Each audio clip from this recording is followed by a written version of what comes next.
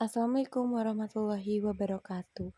Nama saya Fania Martasya dengan NIM 250408803. Di sini saya akan menjelaskan tentang pretest koloid dan laju reaksi untuk praktikum kimia dasar 2. 1. Apakah perbedaan larutan, koloid, dan suspensi?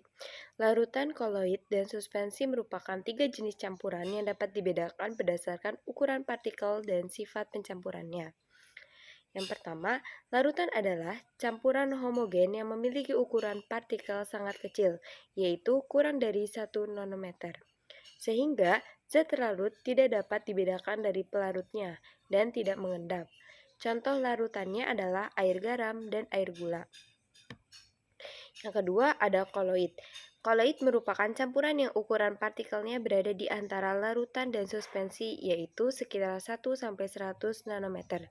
Secara kasat mata tampak homogen, namun sebenarnya bersifat heterogen jika diamati dengan alat khusus. Contohnya adalah susu, santan, dan kabut. Yang terakhir adalah suspensi.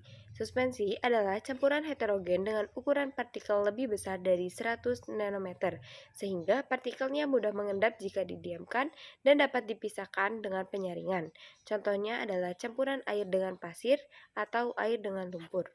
Soal yang kedua, bagaimana cara pembentukan koloid? Berilah contohnya.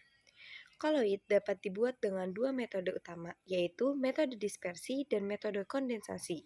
Metode dispersi dilakukan dengan cara memecahkan partikel yang besar menjadi ukuran partikel koloid. Cara ini dapat dilakukan dengan penggilingan menggunakan alat khusus atau dengan metode busur listrik. Contohnya adalah pembuatan sol emas atau sol perak. Metode kondensasi dilakukan dengan menggabungkan partikel-partikel kecil atau molekul menjadi partikel yang berukuran koloid melalui reaksi kimia, seperti reaksi hidrolisis, oksidasi, reduksi, atau pertukaran ion. Contoh pembentukan koloid besi 3 hidroksida dari reaksi antara FeCl3 dengan air yang menghasilkan FeOH 3 kali dalam bentuk koloid. Soal nomor 3, sebutkan sifat-sifat koloid dan berikan contohnya. Sifat yang pertama ada efek Tyndall. Contohnya adalah berkas cahaya lampu yang terlihat jelas ketika melewati kabut atau asap. Yang kedua ada gerak Brown.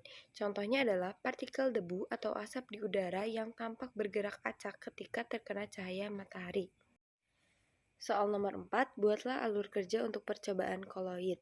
Dalam alur kerja yang A itu ada metode kondensasi atau sol FeOH3. Awalnya, aquades sebanyak 10 ml dimasukkan ke dalam gelas kimia kecil. Lalu, larutan FeCl3 0,1 molar ditambahkan tetes demi tetes sambil diaduk. Kemudian, larutan NaOH 0,1 molar ditambahkan tetes demi tetes hingga terbentuk larutan coklat kemerahan atau sol FeOH 3 kali.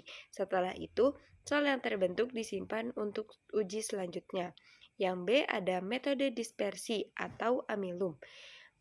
Langkah pertamanya, amilum 1 sendok teh dicampurkan dengan 10 ml air.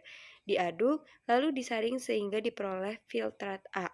Lalu, amilum digerus hingga halus dicampurkan dengan 10 ml air. Diaduk, lalu disaring sehingga diperoleh filtrat B. Kemudian, larutan iodin ditambahkan masing-masing 2 tetes ke filtrat A dan B. Setelah itu, perubahan warna diamati. Kemudian, langkah kerja yang C, pembuatan dan stabilitas emulsi. Langkah awalnya, sebanyak 2 ml minyak dan 4 ml air dimasukkan ke dalam tabung reaksi. Lalu, campuran dikocok kuat dan waktu pemisahan dicatat. Kemudian, larutan sabun sebanyak 2 ml ditambahkan. Lalu, campuran dikocok kembali 10 menit. Kestabilan emulsi diamati selama 10 menit. Dan yang selanjutnya ada langkah kerja yang D, efek Tyndall. Langkah awalnya, 4 tabung reaksi disiapkan yang masing-masing berisi aquades, larutan FeCl3, sol FeOH 3 kali, dan filtrat amilum. Lalu, cahaya senter disorotkan dalam ruang agak gelap. Kemudian, berkas cahaya yang terbentuk diamati. Langkah kerja yang E, koagulasi oleh elektrolit. Langkah awalnya, masing-masing 2 mili Sol FeOH3 kali dimasukkan ke dalam 3 tabung reaksi. Lalu, ke masing-masing tabung ditambahkan 1 mili NaCl, CaCl2, dan Aquades sebagai kontrol. Lalu, waktu munculnya penggumpalan dicatat. Kemudian, yang terakhir ada cara kerja yang F adalah adsorpsi. Yang pertama, gula merah dilarutkan dalam 5 mili air pada tabung A. Lalu, karbon aktif ditambahkan ke tabung B. Lalu, campuran dipanaskan dengan menggunakan air panas. Kemudian, campuran disaring, warna filtrat dibandingkan dengan larutan awal. Soal yang kelima, apakah yang dimaksud dengan laju reaksi dan beri contohnya? Laju reaksi adalah kecepatan berlangsungnya suatu reaksi kimia yang dinyatakan sebagai perubahan konsentrasi reaksi atau produk dalam selang waktu tertentu. Laju reaksi menunjukkan seberapa cepat suatu zat bereaksi untuk menghasilkan produk. Contohnya, reaksi antara logam magnesium dengan larutan asam klorida atau HCl yang menghasilkan magnesium klorida dan gas hidrogen. Semakin cepat gas hidrogen terbentuk, maka semakin besar laju reaksi yang terjadi. Soal yang keenam, sebutkan dan jelaskan faktor-faktor yang dapat mempengaruhi laju reaksi. Yang pertama, konsentrasi bereaksi. Semakin tinggi konsentrasi zat bereaksi, maka kemungkinan tumbukan antar partikel semakin besar sehingga reaksi berlangsung lebih cepat. Yang kedua, ada suhu, di mana kenaikan suhu akan meningkatkan energi kinetik partikel sehingga tumbukan efektif menjadi lebih sering dan reaksi berlangsung dengan cepat. Yang ketiga, ada luas permukaan. Semakin besar luas permukaan zat, maka semakin banyak bagian zat yang bereaksi. Yang keempat, ada keberadaan katalis. Dapat mempercepat reaksi dengan menurunkan energi aktivasi tanpa ikut habis dalam reaksi. Yang kelima, ada tekanan. Peningkatan tekanan menyebabkan jarak antar partikel gas menjadi lebih dekat sehingga tumbukan lebih sering terjadi. Soal yang ketujuh, buatlah alur kerja untuk percobaan laju reaksi. Langkah kerja yang pertama yaitu A. Pengaruh luas permukaan reaksi padatan. Langkah pertamanya, 2 tabung reaksi disiapkan dan diberi label A keping dan B serbuk. Lalu, masing-masing tabung diisi dengan 5 mili cuka.